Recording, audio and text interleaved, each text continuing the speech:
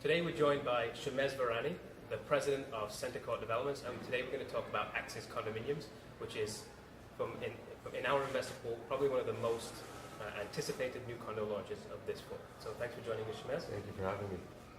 So first of all, anytime we talk about new condominiums to our investors, we always say the most important thing is buying from a good developer, a reliable developer. So tell us a little bit about CentreCourt from your angle. Sure, there certainly are a lot of choices out there for today's condo buyer, and I think there's a few things, and you've known us now for 6 years from our very first project. I think over the course of our 6 development projects in downtown Toronto, we've done a couple things differently that have sort of set us apart from some of our competition.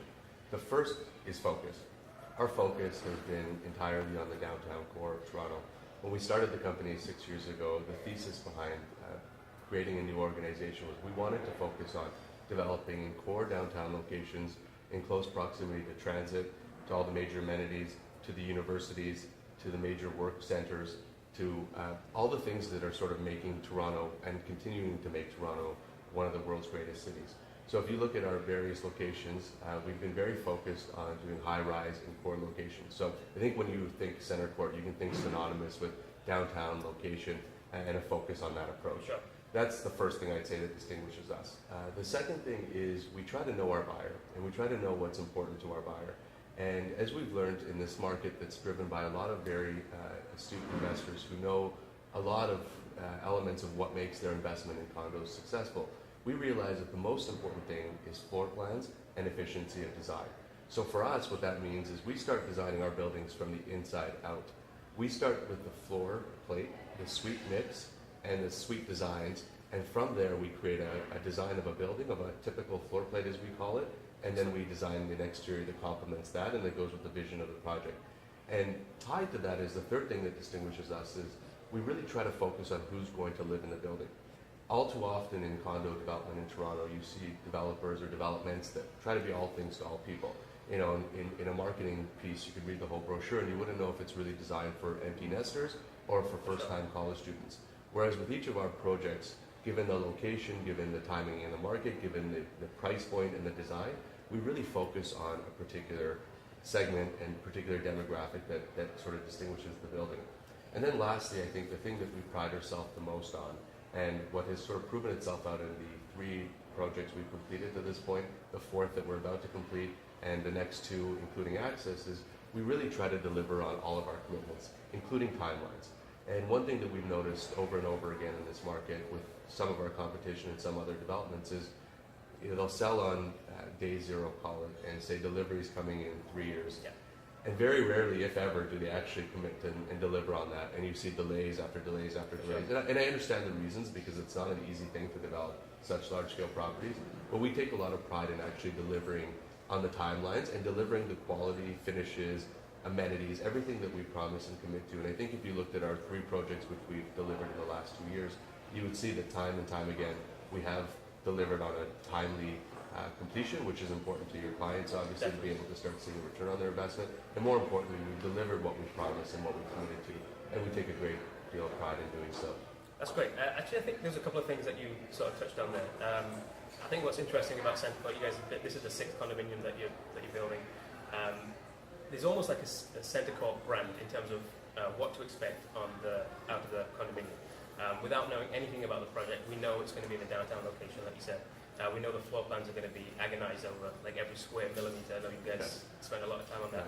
And another thing that you guys do probably better than any developer that I can think of is reverse engineering the project. So thinking about who the end user is first, and then designing the suites, designing the amenities, designing every part of that building to match that end user. You did mention that, and I think a couple of, from our angle, we look at the grid, for example, which I think is the gold standard of reverse engineering a condominium to the end user.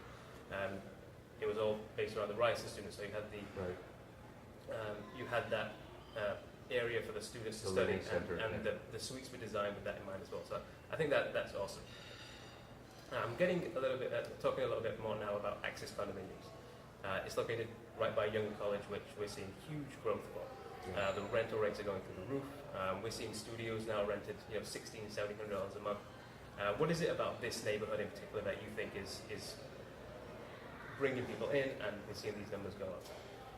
I think Yonge College is truly the center of downtown Toronto. So if you sort of put those elements of what makes downtown Toronto tick, I think it's a combination of the business center of Canada, the educational center of Canada between University of Toronto and Ryerson, all of the major hospitals that are on University, which is only, call it 2 blocks away, the provincial government, which is very close. Yonge College is a walk, truly a walk from all of those things. So whoever lives in that area in this node, they can walk essentially wherever they want to. Sure. They've got all the amenities of Yonge Street, and I guess the high shopping street of Bloor Street is also very close. So I think truly if you were to kind of drop a pin in the center of Toronto and say, where is the true center of Toronto?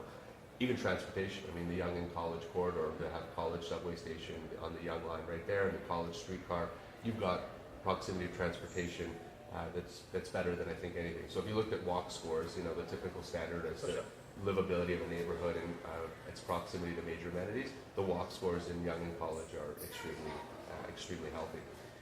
So I think that's really what's driving it. I think when we sort of thought about Axis and thought about, to your point, the reverse engineering, who is it that we really want this building to be designed for, and ultimately who do we see living in this area, there's a couple of factors that we've become sort of very interested in and very aware of.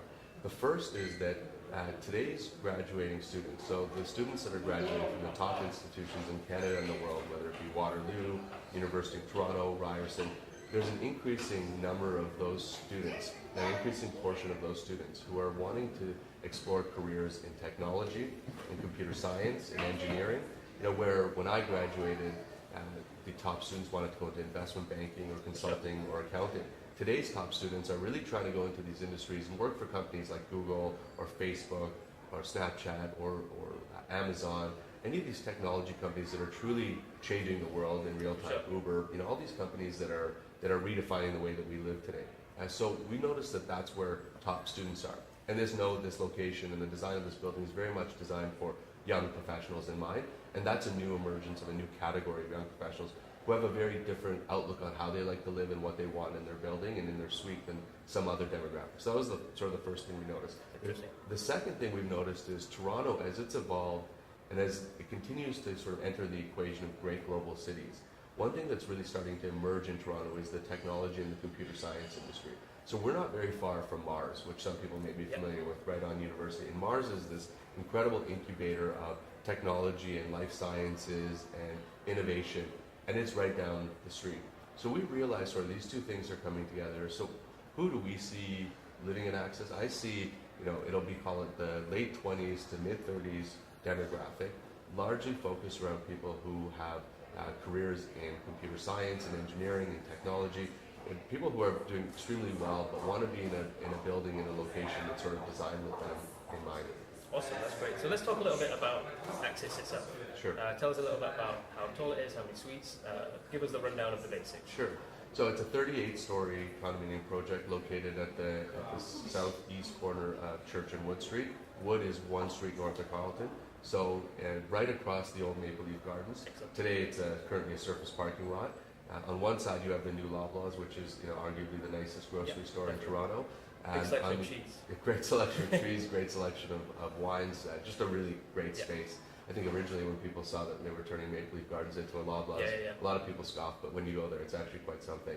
Across the other side, on the north side of us, we've got a Church Street Junior Public School, so a school in very close proximity. And again, we're 5-minute walk or less from Yonge College, so proximity-wise, we're right there. As far as the building, it's 38 stories. We're going to have just under 600 suites. As far as sort of what we did to tie the design of the building to that demographic that I was describing earlier, we've done a couple things that I think are really unique. Amenities. A lot of developers, to the point I made earlier, trying to be all things to all people, a lot of developers have kind of created this amenity formula that has the same sort of approach project to project that doesn't really change based on who they think will live in it. So you often will see the party room or the theater room or kitchen servery room. And if you actually study these spaces once the projects are built, they're never used. Sure. So as we studied what does get used the most in the amenities of a building, and particularly with this demographic, this sort of late 20s to mid 30s young professional who's high flying, growing in their career, wanting to have all things in their life at a high quality, high pace, the number one amenity that they use is a gym. Yep. But a lot of condo gyms leave a lot to be offered. So a lot of these people who are living in this building, paying their amenity fees to somewhat cover the cost of the gym, don't actually use the condo gym. So we said, first thing we want to do is create a truly state-of-the-art, world-class gym. So we've dedicated nearly 7,000 square feet, which to sort of tell you that's approximately 3 or 4 times the size of a typical condo gym, that we're going to design with some of the top fitness gurus of the city to create a space that everybody in the building will throw away their gym membership, their $100 to $150 a month, and use the facilities that are in the building. So we're going to spend a large amount of space and dollars in creating a truly world-class gym. That's the first thing. And this is very much on point with the demographic that we're designing the building for. The second thing, and it's the first of its kind in Toronto, or as far as I know globally, we're creating a shared workspace within our building. And what that means is this demographic that I'm describing to you that works at the Googles, the Facebooks, the Instagrams, or the Amazons, the technology, computer science, engineering companies, they're a very mobile workforce. So one thing you'll read over and over again in sort of literature about office spaces is how today's workforce, today's new professional generation, have a laptop and an iPad and a cell phone, and they work remotely. Yep. Oftentimes, it's not a requirement to come into the office anymore and check in at 8 and be out by 5. As long as they got Wi-Fi, they have As long as you got Wi-Fi, as long as you know what your responsibilities are, you work remotely. And this is happening in real time in a lot of industries we see in Toronto. So knowing that, and knowing that because of the space constraints in downtown Toronto and the pricing issues and wanting to maintain affordable units that are efficiently designed, we decided we're going to create within the building a great space that's created just for shared working concept. So if you live in the building, instead of having to go find a Starbucks or a coffee shop or even rent an office space in a shared workspace, we're creating an environment that you will essentially be able to bring your laptop downstairs, 4,000 square feet, fitted out with the best technology, great design, coffee bar, very comfortable seating, offices if you wish to have a private office, meeting rooms if you wanted to have a presentation or a long-distance conference call. Essentially, we wanted to create an environment that was really going to speak to this generation and put in a space that could work for them. That's awesome. So talk to us a little bit about floor plans. Talk to us about the smaller size, the larger size, and just talk to us a little bit Sure.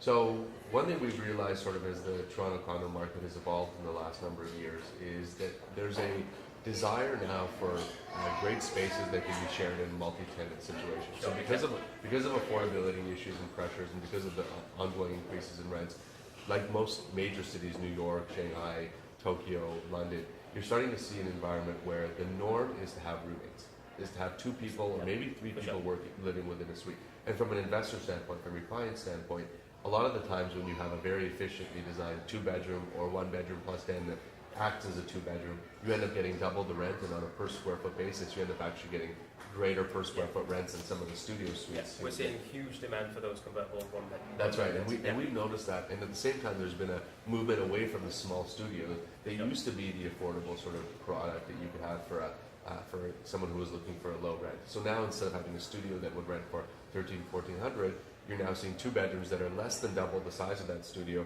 that are getting probably double, if not more than double the rent because of their more livable, efficient suite with 2 full bedrooms. So knowing that in mind, we've designed the floor plate to have there's one bedroom suite on that faces the east and west that's in the mid 400 square foot mark. We've got 5 1-bedroom plus dens north facing that are around 580 square feet that are incredibly efficiently designed. The den will, in practical terms, act as a second bedroom for a lot of sort of people who are living in this space, but really efficiently designed. Again, like as I mentioned, we start on the inside out, so there's no wasted square footage. I think we take great pride in the fact that efficiency of floor plans is critical to functionality. And then our 4 corners are larger 2-bedroom suites, and when I say larger, they're still very efficiently designed. On the north corners, we're just under 700 square feet, 2-bedroom corners, split bedrooms with 1 bathroom, and on the south we're about mid 700 square feet, 2-bedroom, 2 full baths, and we put them on the south because typically the larger units, larger corners, that's where people will spend a little bit more money because of the views of downtown Toronto. And then we've actually got 2 suites that are, if I had to say my particular favorites that I'm really impressed by, 2-bedroom south-facing suites that are about 590 square feet, 2 full bedrooms, 1 full bath, very efficient layouts. But again, to think about getting a fully functional true legal 2-bedroom and under 600 square feet. Yeah, that's right. It's a pretty tremendous suite. So on a floor plate of ultimately, I think 16 units we have on a typical floor plate. We only have 5 suite designs, which is very efficient also in terms of understanding the building. When we create a great suite, we want to repeat it because we believe that there's going to be ample demand for that unit type. And rather than having way too many options in the building, when we create a great suite, we want to replicate that and offer as many of that because I think you've seen the plans and you and I both have an opinion that they're all going to be highly desired and they're all going to be well absorbed and ultimately provide great housing for the ultimate tenants within the suites. Great. There's a couple more things I wanted to touch on this building, and that we've seen is that you've tied in with a couple of vendors involved in the project and also Tesla. Yeah. Can you talk to us a little bit about how those tie in to the project? Absolutely. So one thing we've thought about in our project, starting with the Fendi furnished lobby, which we're going to be designing the lobby in a tremendous way, include Fendi furnishings within the lobby. One thing we've thought about sort of strategically as a business is the lobby itself. And in this day and age, in downtown Toronto, with this demographic, the number one place where people come in and out of the building from is the lobby, not the underground parking garage, which may be some people's perception of typical condo life. Here, typically people are coming to and from work, to and from whatever activities they're doing through the front door. So when you think about that in a building like Axis, which has nearly 600 units, we're going to have, call it 800, 900 residents who almost are using that lobby every single day.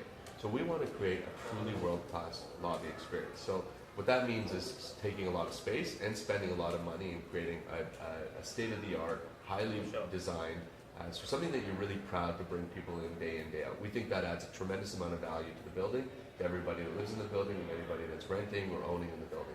So that means if you look at the rendering of our lobby, you'll see we've got white marble throughout the lobby, all the way up to the top. We have a 2-story height lobby. We're doing a beautiful gold feature wall that you'll see is a unique one-of-a-kind art piece that we're going to be bringing into the lobby. We're going to be plating the elevator doors in gold with really nice touches. So it's got this white and gold aspect that's very tied to, actually the inspiration of it was a Apple iPhone that they do in a special white case with a gold trim. And it's one of their most expensive luxurious iPhone models. When I saw the technology aspect of that and tied it to our demographic, I thought there's some really nice ways we can create that. And then on top of that, in terms of the physical space being built out so beautifully, large, expansive space with the marble, we're also furnishing it in the nicest furniture we could find. And Fendi actually, this is a great well-known brand, has some of the nicest furnishings. So we found some pieces in the Fendi furnishings catalogs that we really like and that our interior designers like, and we're going to be bringing those in. So we'll have a really high-end, luxurious feel while still maintaining that modern sort of technology aesthetic. So that's the lobby. The second thing you mentioned, which is, again, the first time that it's ever been done in a condo development, is 2 Teslas for the building. Right. So we are going to purchase 2 Tesla vehicles, which we're big believers in the movement towards, carbon-free vehicles and vehicles that are charge-driven. We're going to be buying 2 Teslas, putting them in the building, and they're going to be there for the use of residents of the building. So in this sort of location, this day and age, majority of people that live in the building won't own a vehicle. Right. Because they walk to work, they walk to all their amenities, they walk to school, whatever they do, they tend to walk or take transportation, public transportation or Uber or what have you. But there are those times where you want to go visit a family member that's sort of outside the city, or go golfing, or go grocery shopping. There's those times, maybe once a month, once every couple months, that you do wish to have a vehicle. So in the sharing economy, back to the shared workspace and the nature of the sort of shared live spaces, we thought that the next evolution of that is to actually put vehicles in the condominium, owned by the condominium, that are there for the use of the residents. So if you imagine, what does this do for investors ultimately? Well, when the tenants come in and they walk through this lobby and see this dramatic sort of 5-star hotel lobby experience, Fendi furnishings, then you tell them, you know what, you've got this state-of-the-art gym, this world-class gym, you're going to throw away your gym membership. Then you've got a shared workspace, you've got an office space in the building that you can use for your exclusive use. And on top of that, you have 2 Teslas. You've differentiated this building from the sea of other projects that are out there, and you've really spoken to a particular demographic that's going to drive values, drive rents. And I genuinely believe we're going to get 10-15% premium to the other projects in the market on rents in the building because of sort of the different touches and thoughtfulness that we've taken in designing this building. One of the other things about CentreCourt projects is that they tend to sell out very quickly. We think the same is going to happen at Axis. So if our investors are interested in purchasing, what do they need to do? Well, they need to talk to you. Yeah. The reality is we have over the last 2,500 units that we've sold, we've developed close relationships with a small handful of the top performing agents that are out there in the market. And yourself and your brother Annette have been with us from day one. You've sold in every single one of our projects. I think all of your clients who purchased today would say that they're very glad that they purchased. Yep. And we're believers in relationships. So we're believers in working through only a few individuals that really are able to promote our projects and answer the right questions and inform their clients in the right way. You guys being one of that small select group. So if your clients want it, I agree. I think the response I'm getting, if my text messages and emails and voicemail are any indication, is that this is going to move as quickly as any of our other past projects could be sold out within a matter of days. In fact, is that your clients, if they're seriously interested, should work closely with you, figure out the suite that's right for them, and we'll do our very best to find them a place in the building. Well, thank you very much for joining us. Thank you for having me. And we look forward to working on Axis Condominiums. Thank you.